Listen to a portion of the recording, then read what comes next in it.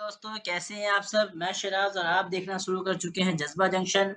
तो दोस्तों, इस वीडियो में आपको बताने वाला हूँ आईडीबीआई बैंक की तरफ से काफ़ी अच्छे पदों के लिए न्यू वैकेंसीज निकल के आ रही है। तो इस वीडियो में आपको बताने वाला हूँ कि इस रिक्रूटमेंट में आपको क्या क्वालिफिकेशन आने वाला है, कितनी सीट्स होने वाले हैं। तो चलिए स्टार्ट करते हैं। तो सबसे पहले मैं आपको बता दूँ कि जो आईडीबीआई तरफ से जो रिक्रूटमेंट निकला है वो 15 सितंबर से फॉर्म स्टार्ट हो चुका है।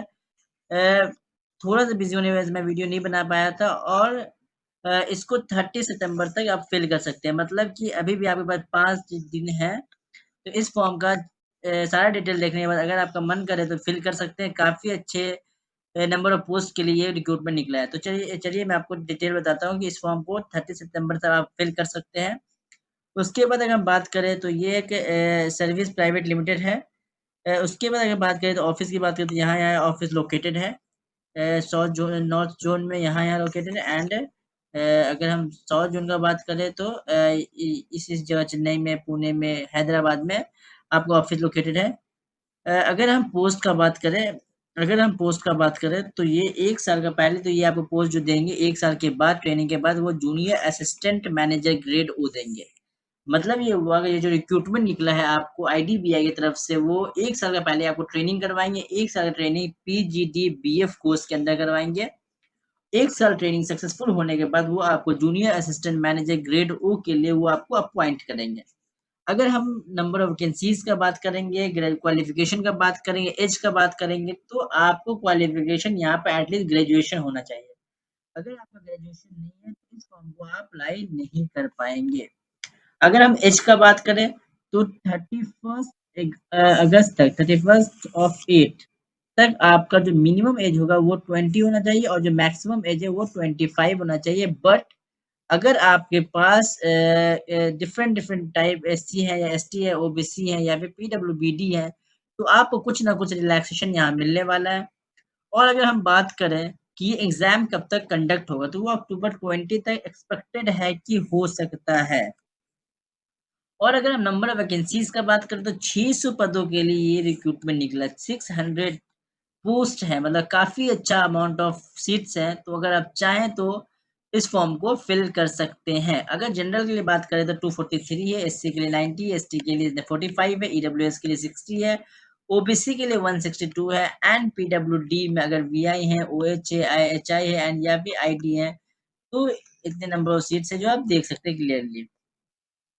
अगर हम बात करें कि ये एज कैलकुलेशन जो मैंने बताया कि 20 मिनिमम एंड 25 मैक्सिमम या कहाँ से कैलकुलेट होगा तो 31 अगस्त से कैलकुलेट होगा या इस हिसाब से आपका एज 20-25 के बीच में लाई करना चाहिए।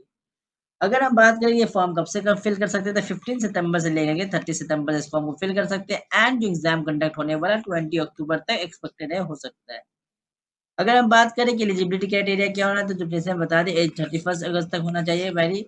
अगर हम सिटीजन की बात करें तो इंडियन सिटीजन होना चाहिए, नेपाल सिटीजन होना चाहिए, भूटान सिटीजन होना चाहिए। बाकी आप ये डिस्क्रिप्शन में इस पीडीएफ को डालूंगा तो प्लीज मेक श्योर एक बार ना रीड जरूर करिएगा। अगर हम क्वालिफिकेशन का बात करें तो आपका 10th होना चाहिए, 12th कंपल्सरी है, 12th होना चाहिए और आपका ग्रेजुएशन में कुछ भी होना चाहिए, बीटेक हो जाए या फिर बीएससी हो जाए, कुछ भी हो जाए तो वो आपका होना चाहिए।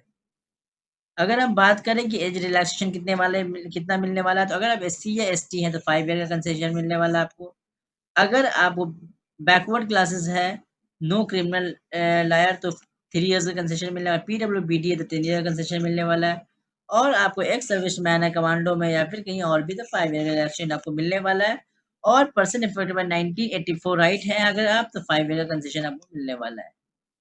अगर बात करें कि इस फॉर्म को फिल करने के लिए आपको कितना पैसा पे करना होगा, तो अगर आप एससी, एसटी या पीडब्ल्यूडी हैं, तो आपको 200 का चार्जेस पे करना होगा और अदर जितनी भी कैटेगरी है, उन सब के लिए 1000 का पेमेंट करना होगा। इस फॉर्म में मुझे जो लगा कि 1000 पे करना मेरे लिए तो काफ़ी टफ है।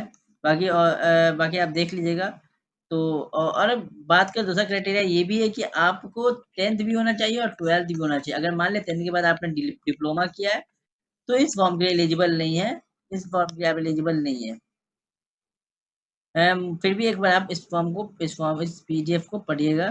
अगर हम बात करेंगे पेमेंट, इसको सिर्फ पेमेंट आप ऑनलाइन ही कर सकते हैं। आगे बढ़ेंगे जैसे हम इस फॉर्म को अप्लाई करने के लिए ये जो लिंक मेंशन, इस लिंक पे क्लिक करेंगे तो आप डायरेक्ट इसके वेबसाइट पे पहुंचे, वहाँ पर अप्लाई आप कर देंगे। उसके बाद यहाँ पे पता है कि यहाँ पे जो पेमेंट करना है आप उस फॉर्म के लिए, वो सिर्फ ऑनलाइन करना, ऑफलाइन यहाँ कोई सुविधा नहीं है बैंक के थ्रू। तो ऑनलाइन डेबिट कार्ड से करिए, यूपीआई से कर दीजिए, जैसे मन करा वैसे आप पेमेंट कर सकते हैं। अगर हम बात करें एज रिलैक्स, एज जो है वो एज आपको आधार कार्ड से मैच नहीं करने वाले, वो एज आपको 10th और 12th के मार्कशीट से लेंगे वो आपको, इसलिए वो 10th और 12th के मार्कशीट के हिसाब से आप 20 या 25 के बीच में लाई करना चाहिए। अगर हम बात करें कि क्वालिफिकेशन क्या होना चाहिए इस फॉर्म को अप्लाई करने है, तो यहाँ पे मेंशन है 10th एंड 12th में 10th भी होना चाहिए एंड 12th भी है। बहुत सारे लोग क्या करते हैं 10th के बाद ही डिप्लोमा करते हैं, वो एलिजिबल नहीं है, लेकिन हाँ 10th और 12th दोनों किए हैं तो एलिजिबल हैं आप।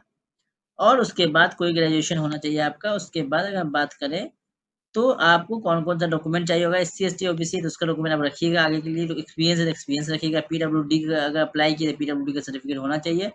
और इन सब में से PAN card, passport, driving licence, voter ID card, bank passbook, सब में से कोई 2 आपके पास डॉक्यूमेंट होना चाहिए।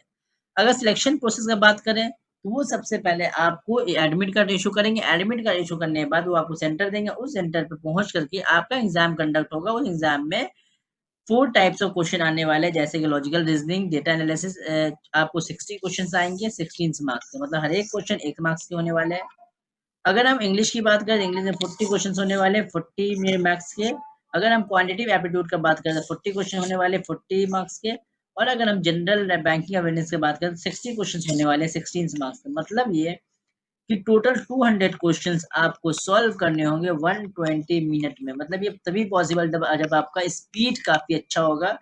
तो प्रैक्टिस करिए, प्रैक्टिस काफ़ी मैटर करने वाला है एग्ज़ाम में। और सबसे इम्पोर्टेंट पॉइंट कि इस एग्ज़ाम में तुक्का मत मारिए, तुक्का मत लगाने की कोशिश करिए, क्योंकि इसमें हर एक क्वेश्चन सही होने पे आपको 1 मार्क्स मिल रहा है। बट अगर एक क्वेश्चन गलत होता है तो 1/4 मतलब 0.25 मार्क्स आपका डिडक्ट कर लेंगे। तो मेक श्योर दैट कि तुक्का नहीं मारना। तुक्का मारने पे क्या होगा, आपका परसेंटेज खराब हो जाएगा, उसके बाद सिलेक्शन का चांसेस कम हो जाता है। और अगर बात करें कि अगर आपने क्या हुआ, सबसे पहले आपका एडमिट कार्ड इश्यू होगा। एडमिट कार्ड इश्यू होने के बाद आपका एंट्रेंस एग्जाम होगा, जिसमें आपको 200 क्वेश्चंस 120 मिनट में सॉल्व करना होगा। अगर इस एग्जाम में आप क्वालिफाई करते हैं तो आपको क्या होगा, सबसे पहले आपका ज्वाइनिंग 1 साल की ट्रेनिंग होगा। 1 साल की ट्रेनिंग में क्या होगा, आपको 3 लाख रुपया कोर्स का पे करना होगा।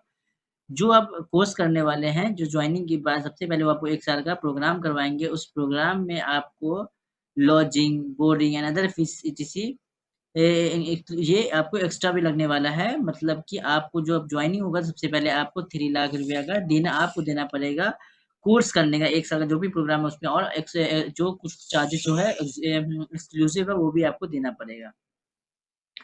अगर 1 साल का सक्सेसफुल ट्रेनिंग होने के बाद 1 साल का जो सक्सेसफुल 1 साल का जो ट्रेनिंग होगा, उसमें आपको ना 6 मंथ तक का 5000 पर मंथ भी मिलने वाला है।